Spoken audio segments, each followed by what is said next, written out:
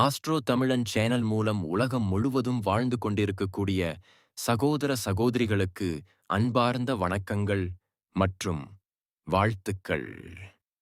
இன்றைய பதிவு 2026 ஆனி மாத ராசி பலன்கள். முதலில் இந்த ஆனி மாதத்தினுடைய கிரக அமைப்புகளை பார்ப்போம். அதன்படி சனி பகவான் மீனமனையில் இருக்கிறார். செவ்வாய் பகவான் ஆட்சி பலத்தோட மேசத்தில் அமர்ந்திருக்கு. சூரியனும் புதன், இந்த இரண்டு கிரகங்கள் மிதுன மனையில் வீட்டிருக்க குரு சுக்கிரன். இந்த இரண்டும் பணத்தை தரக்கூடிய கிரகங்கள். கடக மனையில் வீட்டிருக்க கேது பகவான் சிம்மத்திலும் ராகு பகவான் கும்பத்திலும் அமர்ந்திருக்காங்க.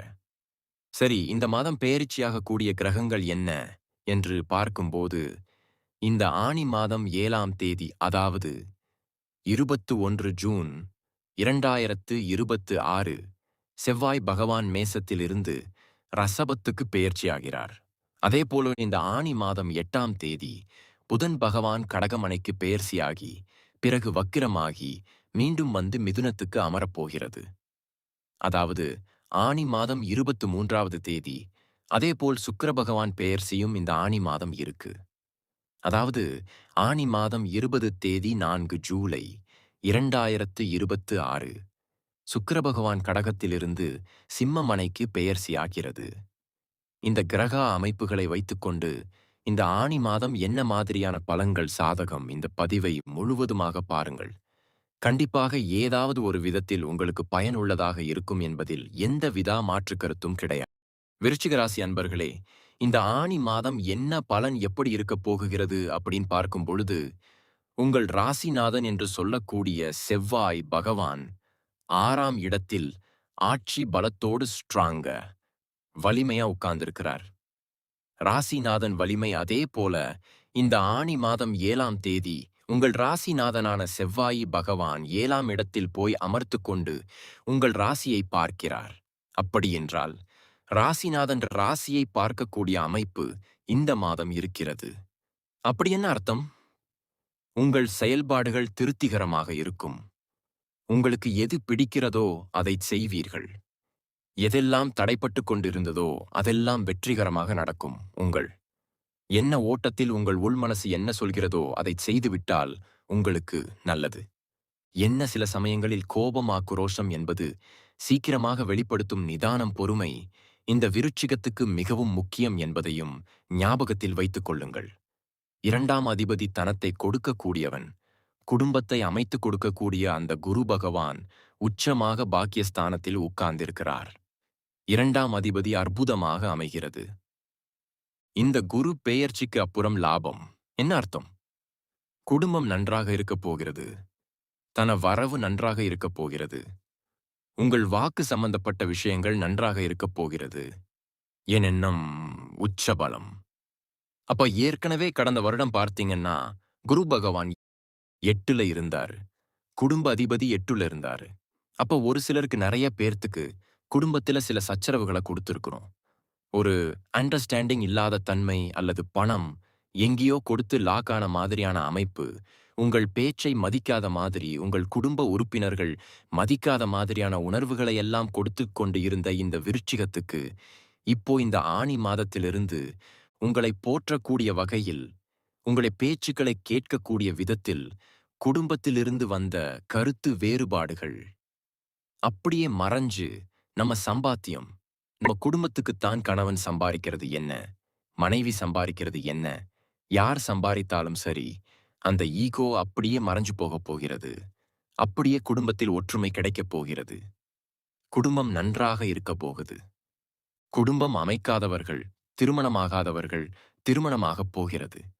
அப்போ சில பணங்கள் சேமித்து வைக்கக்கூடிய அமைப்புகள் என்பது உண்டு. தனாதிபதியாக இருக்கின்றவர் பாக்கியஸ்தானத்தில் போய் உட்கார்ந்திருக்கிறார். அப்ப தனபாக்கியம் உண்டு.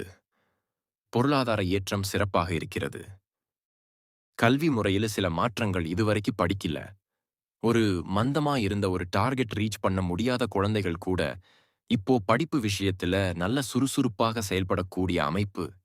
நல்ல மார்க் வாங்கணும், நல்ல பொசிஷனுக்கு போகணும், நான் ஃபியூச்சர்ல இந்த பொசிஷனுக்கு போகணும் அப்படிங்கிற எண்ண உணர்வுகளை கண்டிப்பாக கொடுக்கக்கூடிய அமைப்புகள் இந்த மாதம் நல்லா இருக்கும். அப்ப குடும்பம் தனம் வாக்கு சிறப்பு பெறுகிறது 3ஆம் அதிபதி. அதாவது ஒருத்தருக்கு தைரிய வீரியம் வேணும். என்ன இருந்தாலும் தன்னம்பிக்கை வேணும் அல்லவா? என்ன இருந்தாலும் துணிச்சல் வேணும் அல்லவா? அந்த துணிச்சலை குறிக்கக்கூடிய கிரகம் சனி பகவான். அந்த சனி பகவான் 5ஆம் இடத்தில் இருக்கிறார். தனக்கு 3ஆம் இடமான வளர்ச்சி ஸ்தானத்தில் இருக்கு. அப்போ துணிச்சல் என்பது இயல்பாகவே இந்த மாதம் இருக்கும். சாதிக்க வேண்டும் என்ற மனப்பாங்கு கண்டிப்பாக உண்டு. ஏன்னா 2ஆம் அதிபதி யோகத்தை தரக்கூடியவன். இந்த விருச்சிகத்துக்கு யோகத்தை தரக்கூடிய அந்த குரு பகவான் பாக்யஸ்தானத்தில் அமர்ந்து கொண்டு 3ஆம் இடத்தை பார்க்கிறார். 3ஆம் அதிபதியை பார்க்கிறார். அப்ப என்ன ஆகப் போகுது?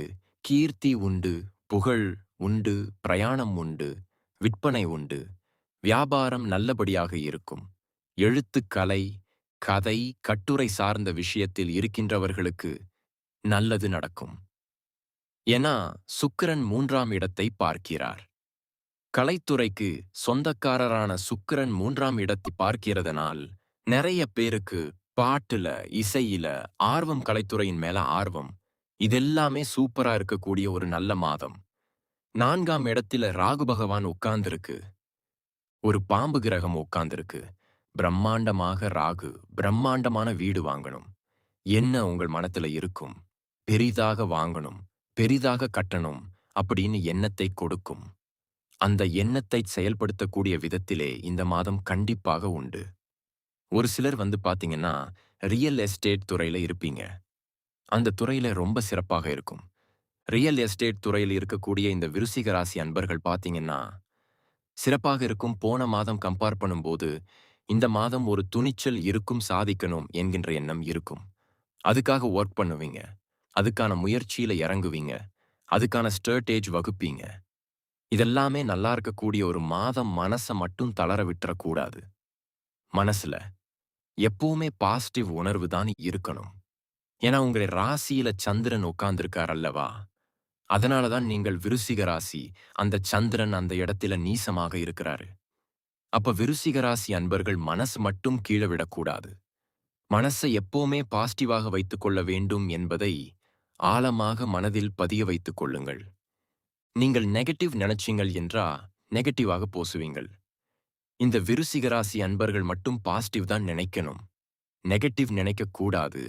5ஆம் இடம் என்பது குழந்தைகளை குறிக்கக்கூடிய ஒரு இடம். 5ஆம் இடம் அந்த அதிபதியாக இருக்கக்கூடியவர் குரு பகவான். அவர் உச்சமாக இருக்கிறார். அப்படி நல்லா இருக்குமா இருக்காதா? 5க்குரியவன் பாக்கியஸ்தானத்துல இருக்கார். அப்ப குழந்தை பாக்கியஸ்தானத்துல இருக்கு. அப்ப குழந்தை பாக்கியம் கிடைத்தே தீர வேண்டும் என்று இந்த நிர்பந்தம் இந்த மாதம் இருக்கு. சரி, 1 வருஷம் ஆச்சு, 2 வருஷம் ஆச்சு. எனவோ ஏதோ பண்ணோம். ட்ரீட்மெண்ட் எடுத்தோ சக்சஸ் கூடல. இந்த மாதம் பாருங்க, நல்ல செய்தி உங்க காதில் விழுகும்.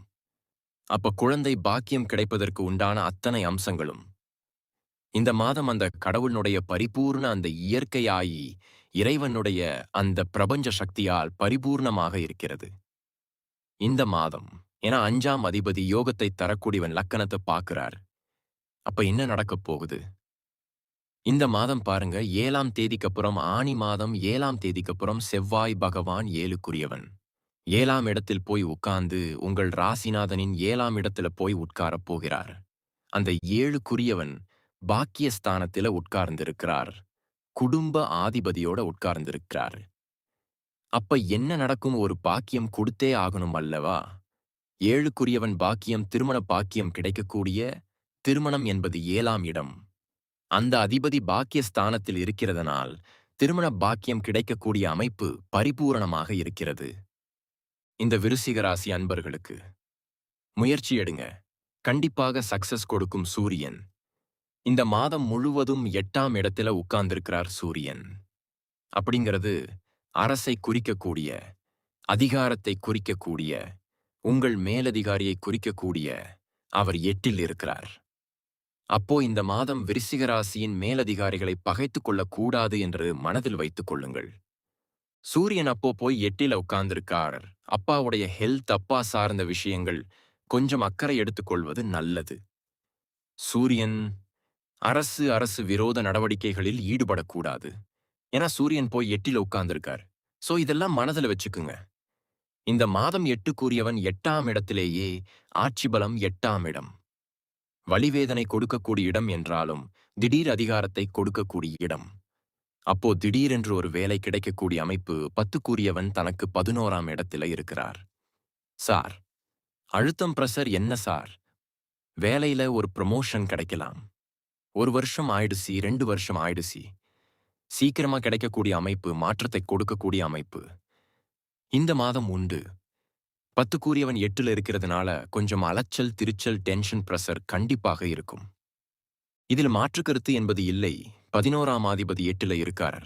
அப்போ நல்லா சிறப்பை கொடுக்கக்கூடிய அமைப்பு இந்த விருச்சிக ராசி அன்பர்களுக்கு. நல்ல மாற்றத்தை கொடுக்கக்கூடிய அமைப்பு இருக்கு. இடம், வீடு, வண்டி வாங்கக்கூடிய அமைப்பு, திருமணம் நடக்கக்கூடிய அமைப்பு, புதிய ஒரு உறவு உதயமாக, குடும்பத்தில் புதிய ஒரு உறவு வரக்கூடிய அமைப்பு இருக்கு. ஒரு நல்லா செய்தி கொடுக்கக்கூடிய அமைப்பு இந்த விருச்சிக ராசி அன்பர்களுக்கு. இந்த ஆனி மாதம் இருக்கு என்பதில் எந்தவித மாற்று கருத்தும் இல்லை. இப்ப நான் சொன்னது ஒரு பொது பலன்கள் மட்டுமே. இந்த ராசி நட்சத்திரத்துல பாத்தீங்கன்னா பல கோடிக்கணக்கான பேர் இருப்பீங்க. எல்லாருக்கும் ஒரே மாதிரி பலன்கள்னா நிச்சயமா இல்ல. ஏன்னா ஒவ்வொருத்தரும் ஒவ்வொருத்தருடைய ஜாதக அமைப்புகள் மாறுபடும். தசா புத்தியும் மாறும். அதுக்கு தகுந்த மாதிரி பலன்களும் மாறும். ஒரு துல்லிய பலன் வேணும். உங்க ஜாதத்துல கிரகங்கள் எப்படி இருக்கு? என்ன ஆதிபத்தியத்துல இருக்கு? எந்த டிகிரியில இருக்கு? இப்ப நடப்பு தசாநாதன், புத்திநாதன், அந்தரநாதன், சூட்சமநாதனைப் பொறுத்து இந்த 2026இல் சொந்த தொழில் செய்வதற்கான கொடுப்பினை இருக்கா? அப்படி இருக்கக்கூடிய பட்சத்துல எப்ப நம்ம சொந்த தொழிலை ஆரம்பிக்கலாம்? இந்த 2026ல எப்பதான் நமக்கு திருமணம் நடக்கும்? இந்த 2026இல் நான் வீடு கட்டுவேனா? எப்ப குழந்தை பாக்கியம் கிடைக்கும்? எந்த கோர்ஸ் எடுத்து படித்தா நம்மளுடைய ஃபியூச்சர் நன்றாக இருக்கும்? எப்ப நான் வீடு கட்டுவேன்? இது போன்ற கேள்விகளுக்கு துல்லியமான பதிலை நம்மால் கூற முடியும். நீங்கள் எங்கள் சேனலை முதல் முறையாக பார்க்கிறீர்கள் என்றால் மறக்காமல் சப்ஸ்கிரைப் பண்ணுங்க.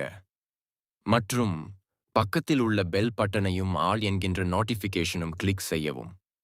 நீங்கள் அறிவிப்பை கிளிக் செய்தால் நான் அடுத்தடுத்து போடக்கூடிய பலன்கள் உங்கள் அறிவிப்பில் வந்து சேரும். இந்த ராசியை பின்பற்றுபவர்கள் அனைவருக்கும் நீண்ட ஆயுளும் செல்வ செழிப்பும் செல்வாக்கும் கிடைக்க வாழ்த்துக்கள். நன்றி மற்றும் நல்வாழ்த்துக்கள்.